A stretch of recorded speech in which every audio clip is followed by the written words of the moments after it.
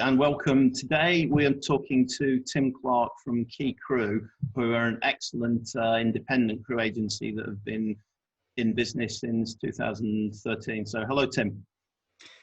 Good afternoon, Ian. How are you? Yeah, very good, thank you.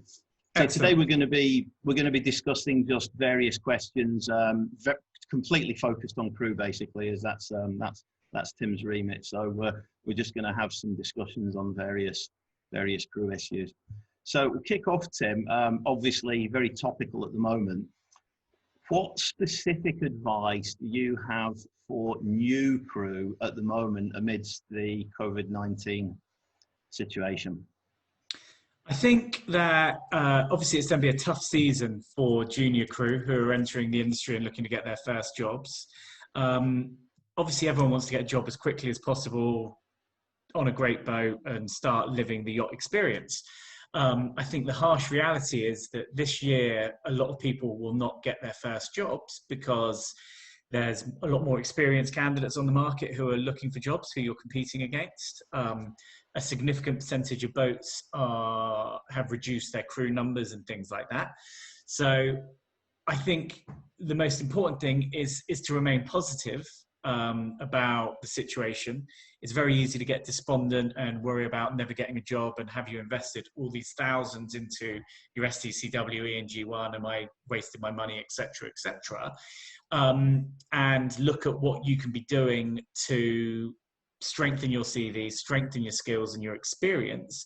So when more yachts are recruiting green crew, you're in as good a position as possible to stand out from the crowd. Yeah, it was something that I mentioned the other day. I mean, I'm not predicting this. I'm simply highlighting it as a possibility. But would you agree that there is a possibility that when things do start to happen, there could be a little bit of a mad rush? Because there are boats that have paid off more people than they normally would have done over the winter. You've got, owners champing at the bit, desperate to get using their boats. So, if restrictions are lifted quite significantly within the next 2 or 3 weeks, say, there is the potential that there could be a little bit of a mad rush to, to get these boats back up to speed with their owners desperate to use them. Absolutely. We're already seeing this a little bit now. As you correctly highlighted, some boats have been, quite ruthless in their culling of crew numbers for various reasons, rightly or wrongly.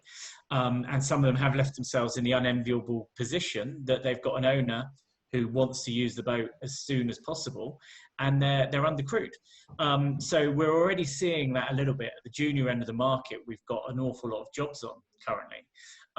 Now, boats are being fussy right now in terms of what they're looking for, but I do think there could well be like a logjam, so to speak, where there's just too many boats looking for crew and just not enough crew to go around. Very, very brief, probably, but it could happen. This is what it's not beyond the realms of possibility. I've been suggesting to people, just make sure you really are ready, because it might not be as bad as you think, because there could be quite a bit of opportunity in the next few weeks, potentially. Certainly, and if you're one of those fortunate junior crew who's looking to enter the industry, who's got an additional skill set, whether that's masseuse, beautician, boat builder, carpenter, etc., those sort of positions are always in demand, and there's always a surplus of those roles for experienced candidates. So green crew do get those roles on a fairly regular basis. So if you've got one of those additional skill sets, personal trainer could be another one, then I would definitely be prepared to move quickly, because you could be in luck. Yeah, no, definitely. Well, let's see what happens. Hopefully it'll all come to happen. You obviously see a lot of new crew within your company, so let's focus on a couple of things just relating to that directly. What is the single most common issue that you think needs attention with new crew these days? I think too many crew come into the industry too young, and they're not bringing anything relevant to the table. Now, yachting is a glamorous industry, as we all know. It's got many appealing factors to it, and it attracts lots of people to it who maybe aren't motivated by the right reasons. And I see a lot of CVs, and I see CVs where 18, 19, even 20-year-olds and they've never had a proper job. Yeah. And my definition of a proper job is full-time, and you've had it for, you know, at least 6 months. And I see people who are older than they should be, because sometimes they're older than 20, you know, 21, 22, been off to university, got a degree. Fine, I completely understand that. But people who don't appear to have ever had a job for more than a little bit of part-time bar work for a month or two here or there. And the yachting industry is incredibly hard work, can be incredibly long hours, stressful, demanding, etc. And it's a very microscopic Big Brother-like environment, work environment, and you've never had a job before. How are you possibly going to be a cope and thrive? You're not going to, for the vast majority of candidates anyway. So, you know, the biggest issue I see with crew coming into the industry is not only lacking relevant skills and experience, but just lacking general life and work experience. This is something I speak a lot about, you know, the majority of new crew, you know, not only do they not have any specific technical experience relating to the industry, but, you know, I mean, I don't mean this in any bad way, but they simply do not have any life experience as well, because they are just not old enough to have accrued any life experience yet. Yeah, absolutely. We're on completely the same page. Yeah, okay, it's a big issue. Any specific traits that you see from new crew coming in these days that differ from previous intakes, as in almost a generational thing? You know, how are things now compared to they were 5 years ago? Any traits that are different? You know, the risk of sounding old, and this is probably a little bit of a cliche in terms of the millennial generation, etc. But I do believe that the younger generation, this isn't just crew, but generally a little bit more mollycoddled by parents, by school and things like that. And I see that myself with things that happen at my 9-year-old son's school. You know, for example, there's no winners or losers on sports day, which I disapprove of. Yeah. And that's no one's fault. That's just the way the direction society's going in. That coupled with the lack of work experience, life experience, etc., is making large numbers of crew increasingly unemployable. Or they're employable, you could get jobs, but you do an average job of it and you leave with an average to poor reference. You know, crew yachting is at a stage where there's more and more boats being built. There's more and more yachts offering rotation to junior crew and things like that in an effort to attract the best crew. There's not enough great crew to go around. Not everyone who enters the industry could be a carpenter or a qualified masseuse and things like that. But everyone can enter the industry with, you know, a certain set of behaviours and an attitude towards work and what they're doing. And that's something I think that a lot of people could improve upon. Sorry, I've probably gone off on a bit of a tangent. No, not at all. Not at all. I mean, it's very relevant, and I absolutely agree with you. I think it's a very, very valid point. I was going to ask, or we've effectively covered some of my next question in your answer there. And that was positives or negatives in relation to the last question. So we had something that's a bit negative there. Is there anything positive that you're seeing from the more recent intake of crew, do you think? You know, what are the new generation bringing to the party? I guess maybe they're a little bit more educated on the industry. You know, there's a lot of information, or a section of them are. There's a lot of information out there via the internet and various blogs, websites, resources where you can actually learn an awful lot. You know, there's an awful lot of resources out there that people can, you know, self-train and educate themselves from their own home and learn certain aspects of the job, which probably weren't available to them 10 years ago, maybe.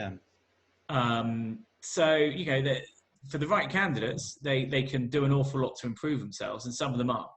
But, you know, we are talking the minority here. Overall, like for like, the newer generation of crew are probably not quite as good as an older generation. But, you know, I'm a little bit loath to say that because it's such a sweeping generalization. It is, but you know, again, I would concur with it from my own experience. You know, there is a difference in you know, the sort of generational. You know, there's absolutely brilliant candidates now, and there was absolutely brilliant candidates 10 years ago. But there's probably a few more 10 years ago than there is now. As we've touched upon earlier, everyone knows someone who works in yachting. and they follow their posts on Instagram and Facebook and stuff like that. And there is a very glamorous perception of working in the yacht world, which doesn't match the reality. Yeah. So, something that people enter the industry and they think it's all water sports and drinking champagne in the jacuzzi. And whilst those things do happen, they happen, a few days a year, not on a weekly basis. So there's always amazing individuals, just as there's always awful. But it's up to you what pack camp you fall into. Yeah, no, it's certainly never been easier to acquire knowledge than it is nowadays. And I think that's something that perhaps, though it is embraced, it isn't embraced as well as perhaps it should be. I think people could easily be better prepared for what lies ahead of them than they are, just because there is so much access to good information now. Yes, there's garbage out there as well, and you have to be able to disseminate the good stuff from the garbage. But it's certainly never been easier to access meaningful information about anything.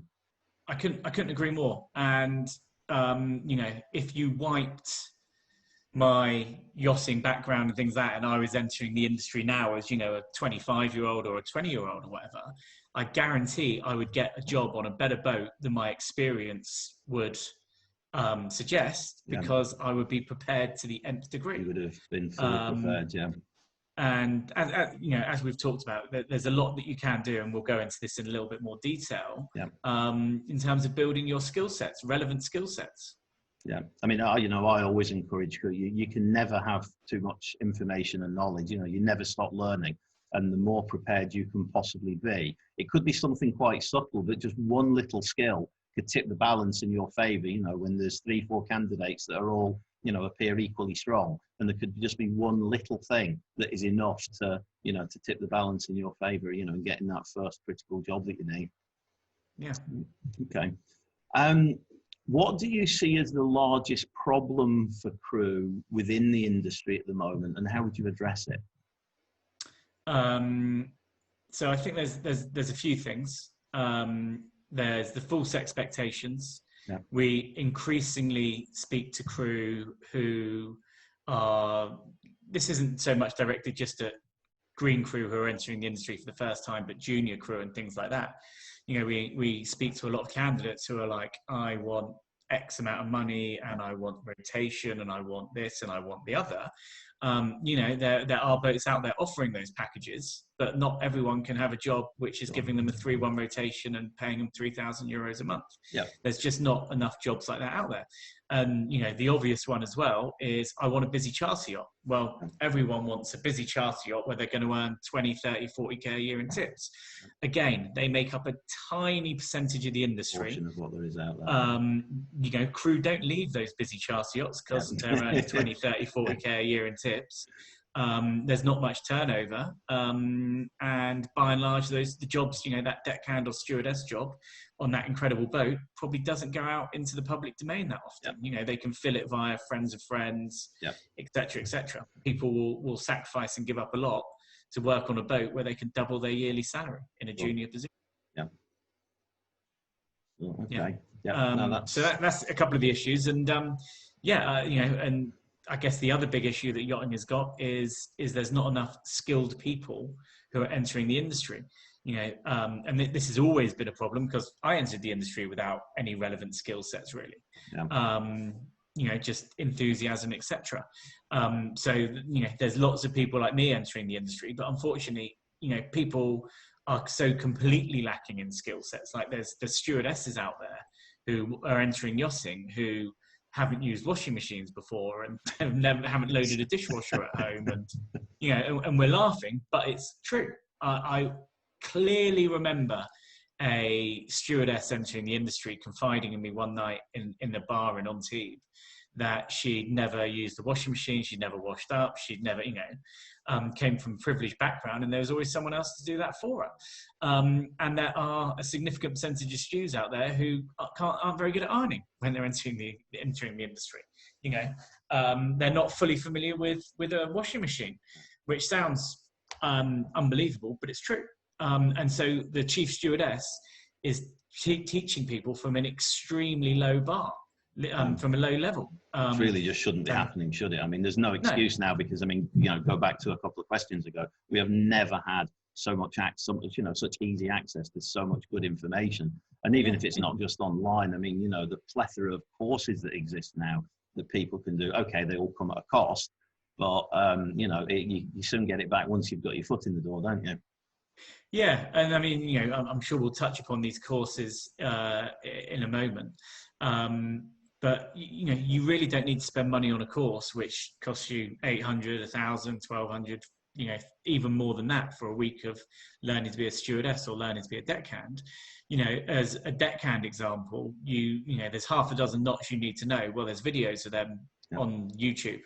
There's absolutely no reason you can't learn inside out every knot that you need to know. Sure. Be able to do it with your hands tied with your hands behind your back, blindfolded, etc. So you can actually do it on the day on a boat when it matters. And you've got a time pressure on because you've got to put a fender over the side because you're coming into port or whatever it is. And deckhands enter the industry who can't tie knots. There's no excuse for that. And there's videos on how to make beds on YouTube. Brilliant videos. Everyone's got a bed at home. You could be practicing and honing your washing, ironing, bed making skills from your house. It's not hard to do, is it? It's just a matter of thinking about it and applying yourself properly to do it. That's covered the second part of that question for one point. Your first point was basically we were talking about the perception. So the second part of the question was, how would you address it? So how would you address the the issue of the rose tinted perception? Sorry, say that again, Ian. So the second part of this question was, and how would you address it? So one of your points was, we've addressed that the bit there when we said, the courses. Get online and learn. That's how you address it. The first point that you brought up was the kind of rose tinted perception that's very prevalent at the moment. So how would you address the rose tinted perception? I think that's a very tricky one to manage. Social media is not going anywhere, and no one's generally going to post a picture on Instagram of them on all fours with a toothbrush in hand cleaning a disgusting toilet. That's not how they want to portray their life and what they're doing, but that is the reality. It's the reality.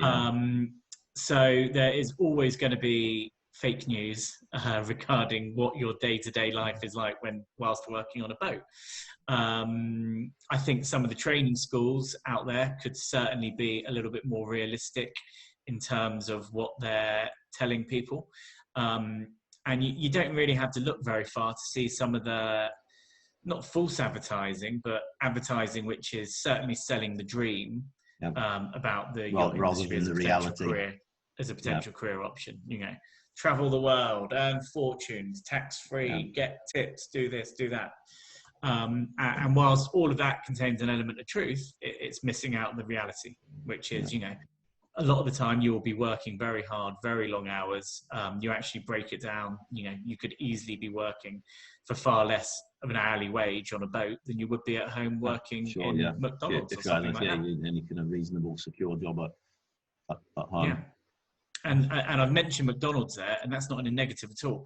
I've placed multiple candidates who have worked at McDonald's for years, and I love seeing candidates who have committed and shown longevity in jobs which are not glamorous, not appealing, not well paid. Because for me, someone who's done that, it speaks very highly of some of their personality traits. Sure. So that's a tip I always sort of give to boats if they're recruiting green crew or junior crew, is that sort of thing. Someone who's worked at McDonald's for 4 years, I guarantee you they're not going to have an ego. They're not going to be a drama queen on board about stuff. They've shown commitment, longevity, etc. So many great qualities. That's not nothing negative about McDonald's. No, sure, absolutely. I mean, I've come across people that have done a few years in McDonald's, and they've all been decent people. They've had good work ethics, and as you say, they don't have a lot of these negative attributes that we really don't want to see. So I absolutely agree. Absolutely. Okay. What one bit of advice would you give to anyone thinking of joining the industry from each department? So deck interior engineering. So deck and interior, It depends partly where you are in the world and where you are in that particular country. You know, if you're landlocked and you live in Birmingham, it's going to be difficult to get experience working for a boat maintenance company or something like that. But if you're interior, then you should do your utmost to pick up, and deckhands, you should do your utmost to pick up relevant work. And it with the interior, with interior. So we'll talk about interior first of all. So on the interior side of things, every single CV that you see says hospitality experience. And it means nothing. You know, hospitality experience, pulling a pint in a pub, is worthless. It bears no resemblance, or being a waitress in a cafe or some average restaurant. That bears no resemblance to what you're going to be doing on a yacht. Now, I've done those jobs myself. So again, I'm not speaking negatively of them. I have pulled pints in loads of bars. I've been a waiter and waiter when I was younger, not a waitress, a waiter. And that's not hospitality at the level that it needs to be in yachting. If you want relevant experience, then try and find a Michelin-starred restaurant or an AA Rosette restaurant if you're in the UK, for example. Aim as high as you can. Five-star hotel and go and do housekeeping there, where you've got to make 20 beds in 2 hours and sort out 20 rooms and stuff. That's actually useful experience on something that you're going to be doing on a yacht. You know, and if you're working as a waitress or a barmaid or bartender or whatever you want to call it in a really good restaurant or really good bar, you will learn relevant skills. You will have to know about wine. You'll have to make a good cocktail. And, you know, hospitality, I've worked in a bar and I've got cocktail experience. I've had this conversation with so many candidates. How would you make an espresso martini? A basic cocktail, which is probably the most popular cocktail in the world, certainly in the top 2 or 3. And the amount of candidates who go, can't quite remember. Well, you weren't working in a good cocktail bar then, were you? Sure. You haven't got that skill set under your belt. And again, that's something you could learn at home. You know, there's plenty of videos out there how to make a good espresso martini. You could have all the classic cocktails learned off by heart. So if you're interior, get work experience, even if it's just a couple of nights a week or a couple of shifts over a weekend at the highest level you possibly bar, can. restaurant, hotel that you can. That's useful. Don't waste your time pulling pints in the Pudding and Pie, my old local, as an example name. Excuse me. Unless it's for the money, because, you know, it's not going to make you more appealing as a candidate. If you're a deckhand, so for example, I'm in Poole on the south coast, and our offices are in a marina. There's probably 20 boat maintenance companies which are in and out of there on a regular basis. And I know, because I've asked all of them would love to have someone working for them for like minimum wage, which in the UK I think is about £7 or £8 an hour these days. It's reasonable. It's over £8 an hour now. Depending on your age. On your age, but it's a reasonable salary.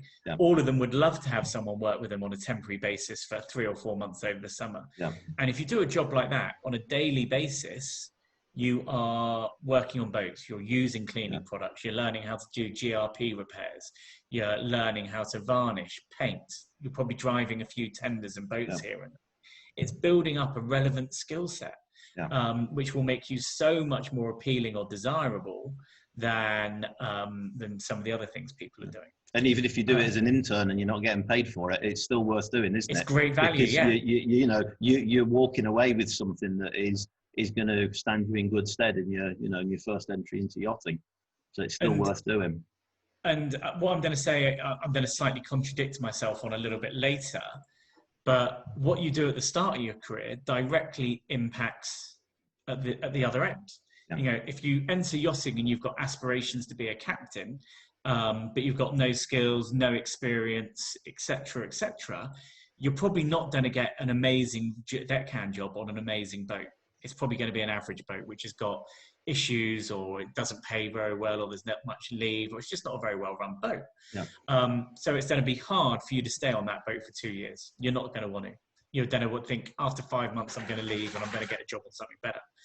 And then you leave after 5 months and then you don't get a job on something better. And, you know, before you know it, you're 2 years into your career, your yachting career, and you've worked on 3 boats, combined total of like 14, 15 months. You've got 5-6 months out of work employed in between boats and things like that. And already you're handicapping yourself for the upper levels of where you want to be. Because if you start off your career well on a reasonable boat and you stick with it for 18 months, 2 years, that's a really appealing CV. You're then very likely to get on a good boat after that. Whereas versus the candidate who's worked on 3 boats over those same 18 months is not going to have the same options open to them. Yeah. So you want to try and put yourself in the best possible position to get on the best possible boat for your first role on a yacht. Okay. Hopefully that makes sense. Good. And the contradictory aspect of that is it's tough to get your first job. You can't be too fussy. Yeah. Like you can't be holding out for that incredible boat, which is paying unbelievable money, great leave, charter, etc., because you probably won't get it. Yeah. In your first job, what you want is a nice captain, well-run boat, which is safe, sure. And is paying you a reasonable amount of money. Yeah. That's all you're looking for. Yeah. And it's a decent size. Somewhere for you to find your feet and figure out if it's really for you. Yeah, and hopefully, get a year to 2 years on there, and then you're in an excellent position to be a lot more fussy and picky about your next role. Yeah. And if you've worked really hard during that year to 2 years, you'll get a great reference, and then you'll be very, very employable. Okay. Engineers, not my strong point. Yeah. You've got engineers can enter from a variety of different backgrounds. You have engineers coming into the industry who have done a marine engineering GMVQ at a maritime college or something like that, which is good. You've got marine engineers coming from the commercial background. The one thing I would say, if you want to be an engineer, a lot of people and a lot of the senior engineers have got into engineering because they're passionate about engineering. They were that 14, 15-year-old kid who's taking apart a motorbike and putting it back together in their parents' garage because they find that fascinating. Yeah, kick out of it. Yeah, they enjoy it. And their hobbies and passions revolve around things with an engineering side to them. Yep. And you see an increasing number of engineers now who have never grown up tinkering with motorbikes, cars, anything mechanical. They've just gone and done the kind of tertiary education. Yeah, because they had to do something. and as well because there's I see deckhands leave yachting after like 6 months or a year going, actually, I'm going to become an engineer. I'm going to become an engineer at home in the commercial world, and then I'm going to come back to yachting and get a time-for-time rotation, and I'll be earning 60 grand a year or 70 grand a year in like 3 years' time or whatever it is.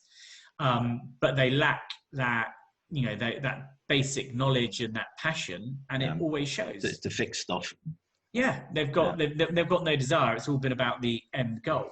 And they're not necessarily the most practically minded people. Do you think that's a common trait amongst all of the sectors in yachting? That do you think there's a bit of a sort of passion gone from it that existed 15, 20 years ago? I think certainly, certainly people would have, very strong sailing backgrounds and things like that. And there was probably the difference between sail yachts and motor yachts maybe smaller back in the day. The motor yachts were a lot smaller, and people could sort of bounce in between them a little bit more.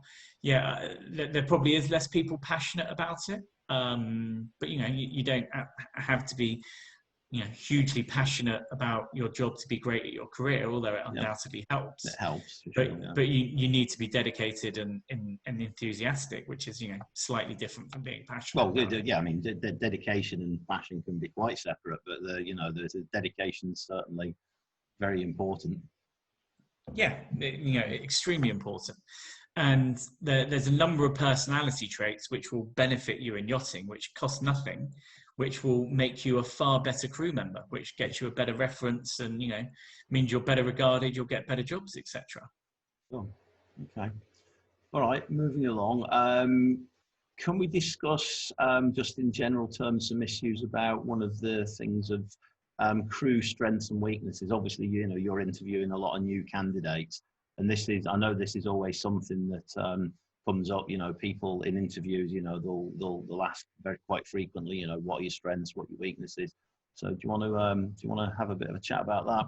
Yeah, I think I was at a training school a while ago, and we interviewed a lot of candidates in a short space of time. And with some of the candidates, I identified strengths on their CVs. They weren't selling themselves on what they were good at. Yeah. So to use an example, that I saw maybe 20 candidates over this day, and the vast majority of them had sailing instructor on their CV. I've been teaching sailing at the weekends as a teenager. Fine, that's all admirable. It's certainly not a bad thing, but you and 17 others have all got this same background, these same qualifications, and you're all competing for the same jobs.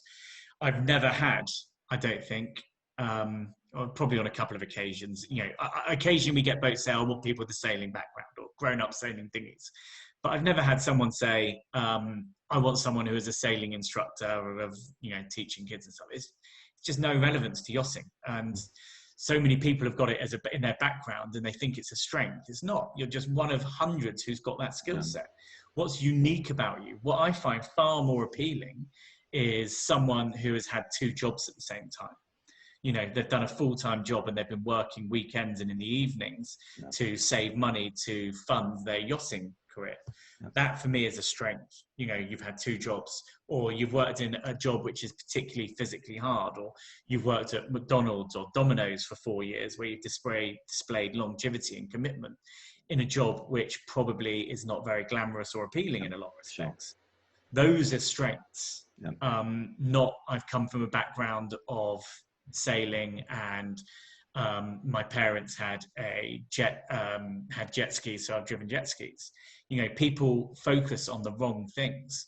If I dived into my database and looked at the 100 most recent green deckhands who registered, a huge percentage of them will tick those boxes, exposed to water sports when they're younger. Like I said, it's great. It's a useful bit of experience and skill to have, but it doesn't differentiate you from anyone else in the slightest. And no captain ever says to me, I want someone who's grown up, whose parents own jet skis. That's never happened. And it's certainly not going to really help you in your first days in yachting anyway, your first year in yachting, because no one's going to let you near these things anyway. You're going to have to grow into being allowed, near big tenders and toys and things anyway. Yeah, I mean, it's, not everyone has had 2 jobs or worked at McDonald's for 4 years, but, you've got to look for where your strengths are. Have you achieved a high level of sporting success? And, being, for example, an incredible swimmer who's swum at national level has no relevance to yachting whatsoever in terms of skill set, unless you get on a boat where, and this does happen and has happened, we want someone who's a swimming instructor to teach our kids to swim better. So it does happen. But the example I'm using, swimming, if you've swum to a really high standard, then you will have been up early, 3, 4, 5 mornings a week, smashing out 50 lengths. The commitment and the dedication, which is what it's about, rather than the ability to swim. You've done 50, 60 lengths in a morning before you've gone to school and stuff like that. So that's the sort of thing where you could leverage off that. Actually, I did my swim training 6 days a week, where I'd spend 3 hours a day in the pool on average. It's a story behind the achievement, really, rather than the achievement itself. And this is what I get a lot of this when I'm helping people with their CVs. They've got skills and they just don't. Well, if they don't know it, they have no idea how to exploit them in a not overly pushy way. But they just don't seem to be able to dig into their own skills and attributes that they have, looking for the right things to bring out. I think that's, it's a tricky thing, and without blowing my own trumpet, I feel I have a talent for identifying, actually, this is what's appealing about you, this is what's good about your CV. And to go back to the swimming analogy or the swimming story, that swimmer who's doing a couple of hours a day training, plus going to school, then doing a part-time job in the evenings and stuff like that. Well, actually, you've been working really hard, really long hours, very little downtime, to fund yourself and stuff like that. You're ticking multiple boxes. It's the backstory, isn't it? That's ticking all the boxes rather than the actual focusing on an amazing swimmer. The achievement per se. It's what you did to become that says so much more about you. That's really useful. Yeah. What about so that's strengths we're looking at. What about weaknesses then? So the weaknesses, and my apologies, we've touched upon some of this in various ways earlier. yeah, too many people are entering the industry or trying to enter the industry who've got no work experience. Yeah. As I would say, as an 18-year-old, and I've written a blog about this, and lots of people disagreed with me, but I don't care. This is what I hear from captains and what I see on a regular basis. If you're 18, 19, 20, and you haven't had a proper job, doesn't necessarily need to be full-time, but you've actually held down a part-time job, because I understand you're still in education and stuff, but you should have at least held down a part-time job for a decent chunk of time. And you should have had full-time jobs in your school holidays and things like that, I think. Whether if you're in sixth form and you're 17 years old, you could have a part-time job over the school or a full-time job over the school holidays. When I was growing up, I always had part-time jobs from about the age of 14, and all my school holidays I had full-time jobs because I wanted the money and I had a work ethic. So many people, there's no evidence of any work ethic or any ambition or desire to get off their asses.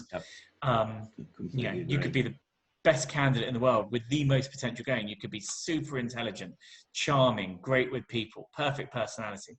You've not had a proper job before, means nothing in my eyes. No, I agree. I mean, to me, the single most important thing for employing anyone in this industry is work ethic. Because let's face it, a lot of the actual work itself, it's not difficult. It's challenging because it goes on for hours and relentlessly, and you might have difficult owners and guests to deal with. But it's not technically difficult work, most of it. And I will take anyone that demonstrates a strong work ethic over anybody else first. And then if they're lacking in the skills, then they can be trained in the skills. But the work ethic is just so critically important to me. Yeah. And something I say a lot is you can teach someone, and you've alluded to it there, you can teach someone to be a deckhand or a stewardess because it's not brain surgery. But you can't teach a personality. Work ethic's inherent, isn't it? You either have it or you that's don't. the word I was going to use. Yeah, it's inherent. No, I mean, I've had this discussion with so many people. If you don't know how to varnish, fine, you can learn how to varnish. But I think it's just something your work ethic's in your DNA, isn't it? You've kind of got it or you haven't. Yeah, and it counts for lots of different personality traits. If you're a team player, or if you are a pain, or lazy or a miserable person when you've got a hangover or whatever, or you need your own space and don't mix well with others. There's all these different personality traits that come into becoming a successful crew member. And you can't, at the age of 20 or 25, you're not going to change your personality. That's built in. And that's why yachting isn't for everyone. And there's no shame in that.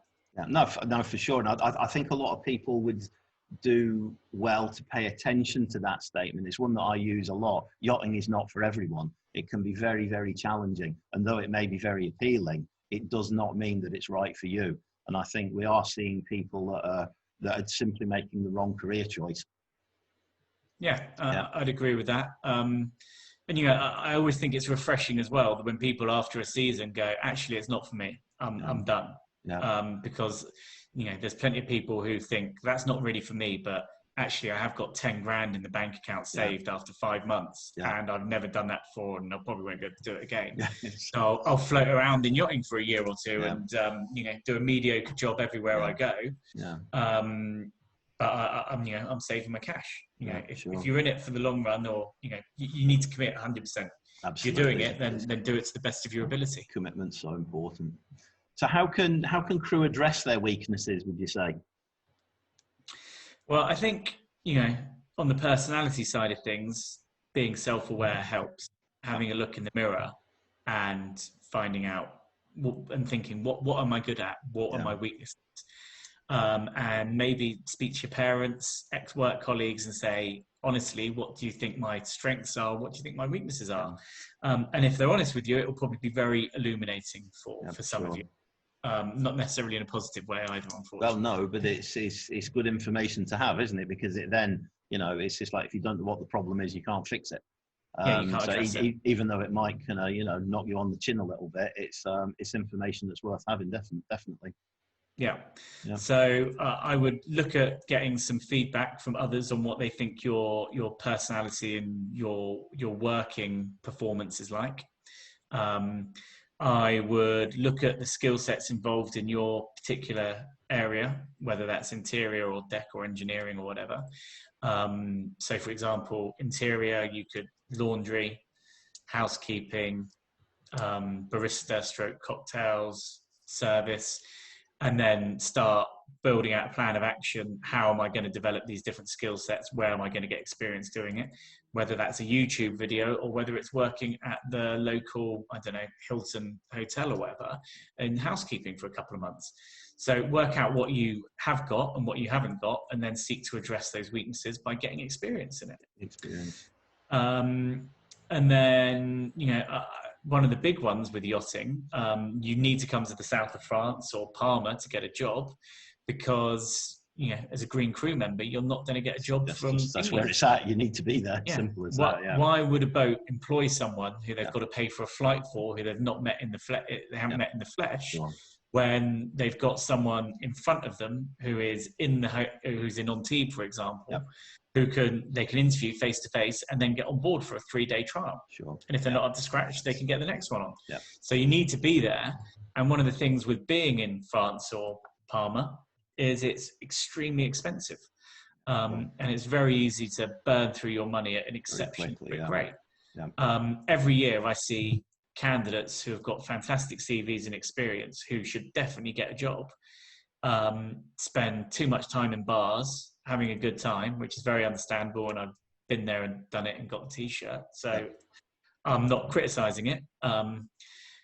But it's very easy to do and very understandable to do. And then they run out of cash. And 1 month after they get there, they're home again. And they've done all their money, they've maxed their credit card. And then you see other candidates who have got nothing on their CV in terms of relevant skills, experience, no yacht master, no water sports background, but they've been careful with their money, they've managed it well, and they've kept their heads down, and they've ticked over and they've survived through picking up day work and stuff. And people like that get a job. No, that's a very valid point, I would say. Definitely. Yeah, it's the temptation is unbelievable. You're in a crew house, you've got 25 other people living there who are all young, all looking to enjoy themselves. It is so easy to go out more often than not. But you've got years to go out when you're earning thousands a month as a deckhand or a stewardess on a boat. You've got to keep your eyes on the prize in that first couple of months. Get your foot in the door, haven't you? And if it means a bit of hardship in the first place, that's what you should be doing. Okay. Yes. What do yachts look for in green crew? You're obviously very, very well versed in this because you're supplying them to yachts regularly. It's attitude. As we've already touched upon, you can train someone in the skills. You can't train someone's personality or attitude generally.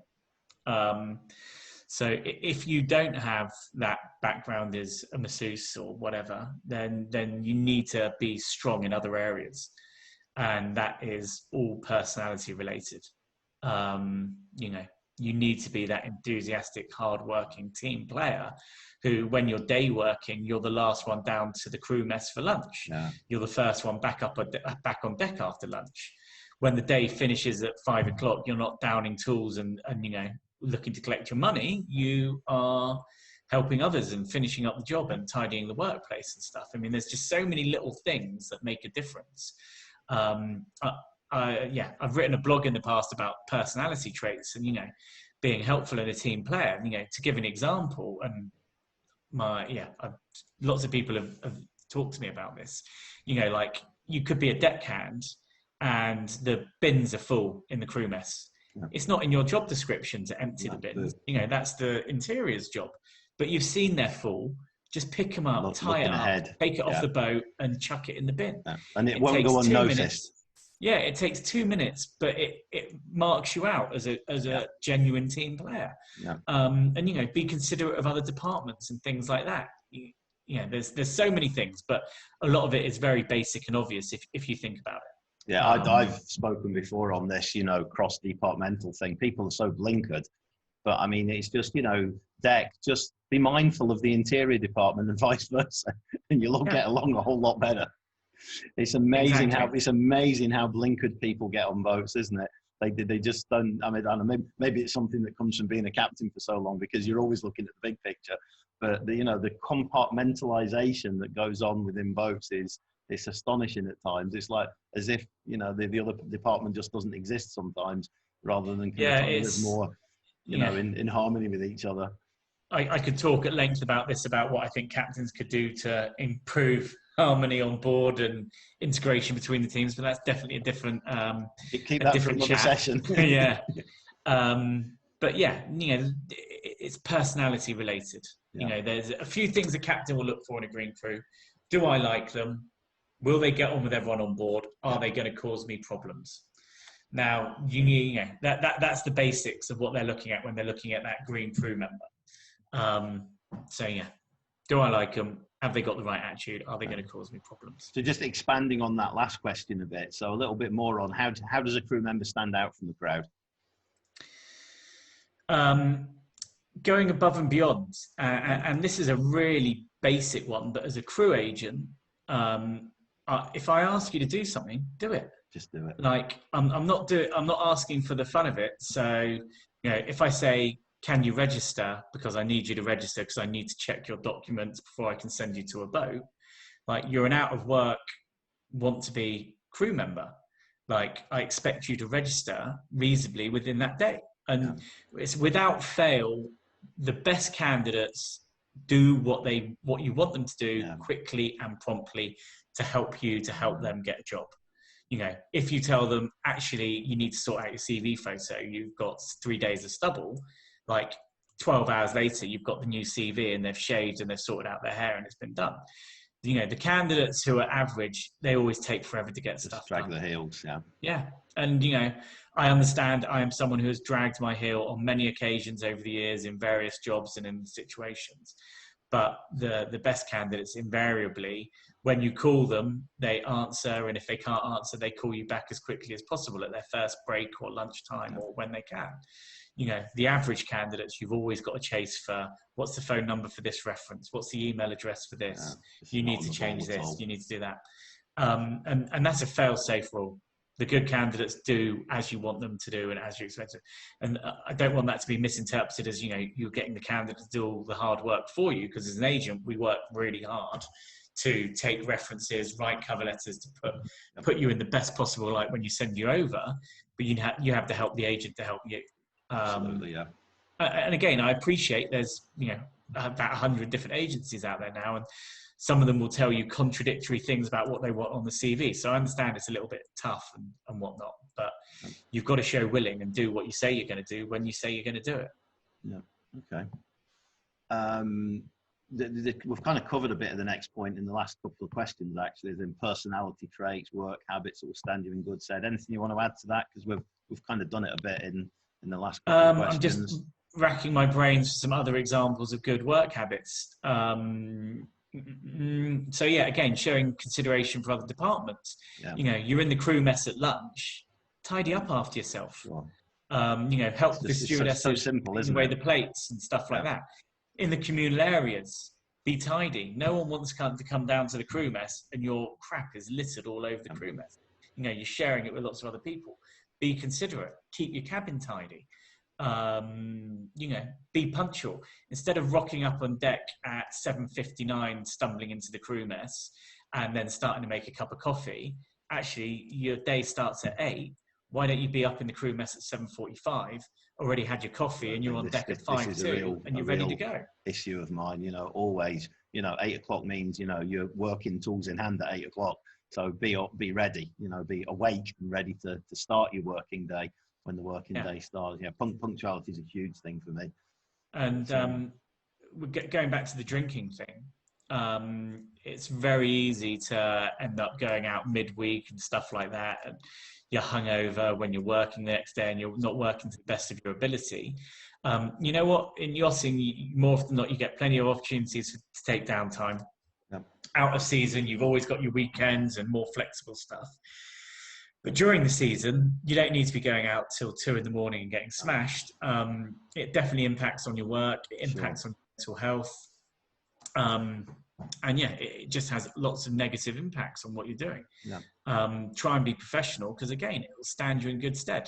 I've taken thousands of references, and you know, a lot of those references, I guarantee that the candidate in question is not expecting his chief officer or captain to say to me, because they had a good relationship, actually, he did like a night out, Tim, and he would be boozy midweek on a regular occasion. So that's his only, you know, and it's criticism. You know, it's that negative point in the reference. And, you know, there's no way of spinning that into a positive. And we always ask, were there any alcohol or social issues? No, for sure. Yeah. If you're out drinking all the time, it will get flagged in references. Definitely. Verbal references, not written references, obviously. Yeah, no, definitely. Okay. To keep a lid on the socialising. Yeah, no, that's top advice, definitely. What can crew do now to improve their skills right now? I think it was the... Back to the YouTube. Yep. YouTube, just online courses, Udemy, things like that. Get yourself skilled up however you can. Yeah, there's you know, we've talked about different areas and what makes up the skill set of certain jobs. You know, if you're a deckhand, you can't go and learn how to drive a jet ski from your bedroom, but you can certainly learn all the knots. You can learn all the coal regs and the rules of the road. You know, there's brilliant videos out there where you can learn all about the coal regs and whatever. And you know, driving a tender, you need to know those things. And you've got, like I said, there's some brilliant videos on YouTube which go through all the coal regs from start to finish, incredibly well laid out. There is no excuse you can't learn them inside out within a week or two. Yeah. No, I mean, I'll give you a little example of something I did years and years ago, because I've always had an interest in helicopters. A friend of mine told me to read, it's actually a Vietnam book, a true story called Chicken Hawk. And he said about 20 pages into it, it tells you how to fly a helicopter. So I got a copy of this book. And I write it off around about page 17, 18 or something, somewhere there. In a page and a half, it tells you all the fundamentals you need to know how to fly a helicopter. So the first time I actually went to get a lesson to fly a helicopter, I was just streets ahead simply from reading a page and a half out of a real Vietnam veteran's explanation of how to fly a Huey helicopter. So it's amazing what you can pick up, you know, just from a good source in a short space of time. Yeah, just by being curious, keeping your eyes open, and you know, and exploring things. Yeah. No, definitely. Okay. So just we'll chuck in a last question here. What would you be giving as advice to crew? This would be new crew, because obviously it's not quite so relevant to ones that have got experience. What to do when you get a job? What would you be saying to, you know, you've just placed a candidate? What advice are you going to send them packing with? Keep your nose clean. Work your ass off for the first couple of months. Yep. Try and minimise the crazy nights out. You know, I could tell you so many stories of crew who got good jobs and then screwed it up for themselves in their first few weeks on board through a stupid night out. And you know, blown great opportunities which have would change their careers around and stuff. Sure. So many examples, and that's not just junior crew. This is fully applicable to senior. Yeah, no, it doesn't across the board. Doesn't go away in the first few years necessarily, does it? So yeah, work hard, keep your nose clean. Don't get involved in any of the politics on the boat. Doesn't concern you. Yeah. Don't be a bitching, moaning, negative presence about anything to anyone. Try and be a positive, upbeat personality, because that goes a huge way. And just because, you know, and I guess this is touching more upon more senior crew, you think you know something, if it's done differently on a different boat, just do what you're being asked. Don't try and second guess your chief steward, your chief officer, and think you might know better or you've got a more logical way of doing it. You probably don't. You don't know the bigger picture. Just do what you're told. Yeah. Take orders. Don't cause any issues. That's always been a big issue with me. I mean, I've frequently had to post up in crew messes, you know, just a notice saying, look, you know, if I'm asking you to do something, it means I've thought about it. It's not just a random thing that's come into my head for no reason. And the inability for people to follow simple instructions these days is quite astonishing. Now, the flip side of that is, I'm not saying, you know, you never question someone in a higher position. If you're up on the bridge on watch and I'm about to stand the ship into danger, then, you know, you have a duty and responsibility to bring this to my attention. So you've got to be very clear about that. I'm not saying, you know, you never question anyone higher above you, but when someone gives you a simple instruction, You know, if they've asked you to do something in a particular way, in a particular time, that's kind of what they want. And it's not wise to deviate from that kind of thing. Yeah, I agree. Okay. Well, look, thank you very much for listening and good luck with everything. Thank you very much for having me in. Yep, pleasure, Tim.